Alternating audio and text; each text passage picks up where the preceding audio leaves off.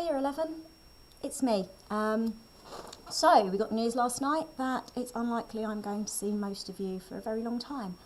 I've decided to video this today because I wanted to let you know a few things.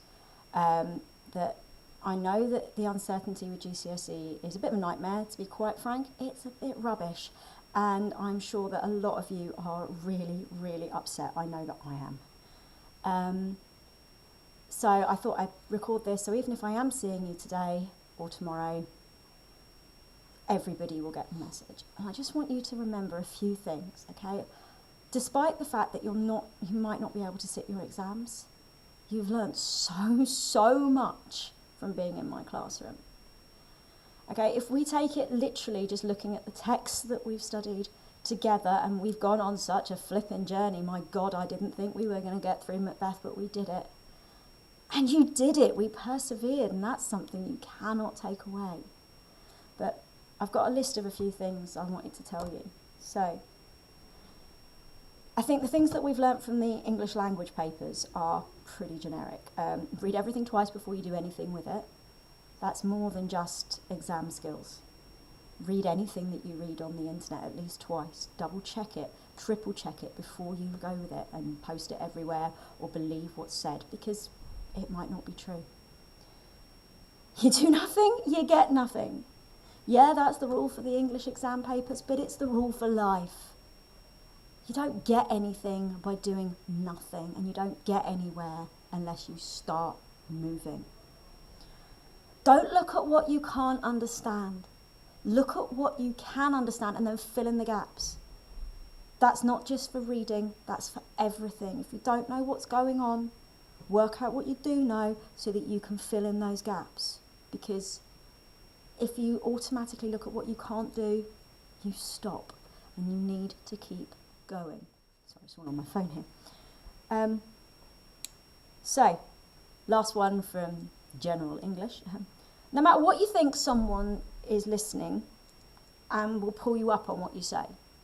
How many times have I overheard you saying stuff you shouldn't be saying? I'm always listening. And it's not just me. If you're in a pub, if you're in a club, if you're in a supermarket, someone is always listening. And don't be surprised if they pull you up on something and say that they disagree. Just think before you speak.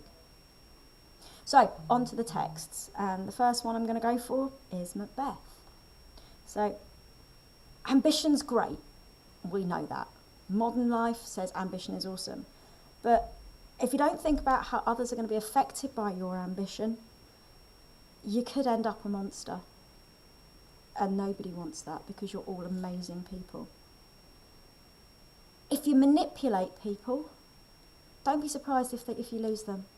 One lesson we can learn from Lady Macbeth.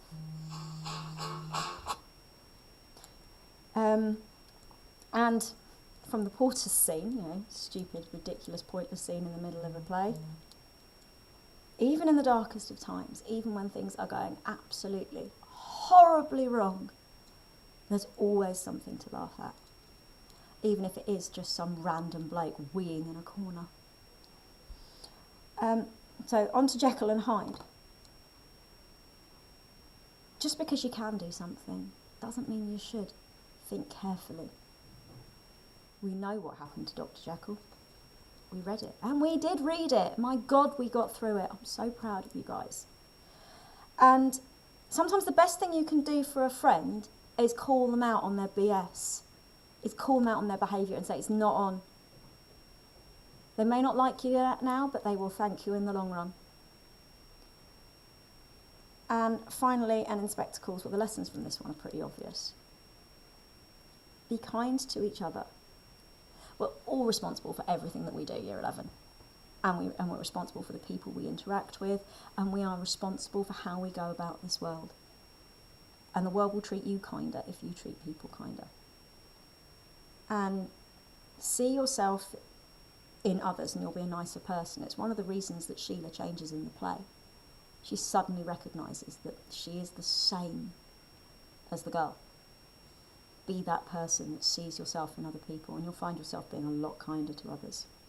But also, mistakes are made so we learn from them. Eric makes those appalling mistakes, but he learns and he changes and he grows. And basic lessons from our classroom, which is, I've got this down, mate, took a few times to do this without swearing. Being an idiot only works out in the short term. It's great to be the clown short term, everybody laughs at you. But in the long term, idiocy leads to missed opportunities. So please, year 11, think about that. It's all very well to be the one someone's laughing with, but one day you'll be the one someone's laughing at. I am so proud of you. When I think about the stupid stuff that you guys did in year 9 and year 10, and to see the young people that you've become in year 11, my God, I wouldn't recognise half of you. And the amount of you that think you can't do things, and then go ahead and flipping well do them anyway. You are amazing. Don't be a stranger. Just because school is finishing now doesn't mean it's not going to come back later. Come in and see me when you're at college doing amazing things and tell me what you're up to. Tell me your success story, because by God, I want to hear it. You deserve the very, very, very best of life.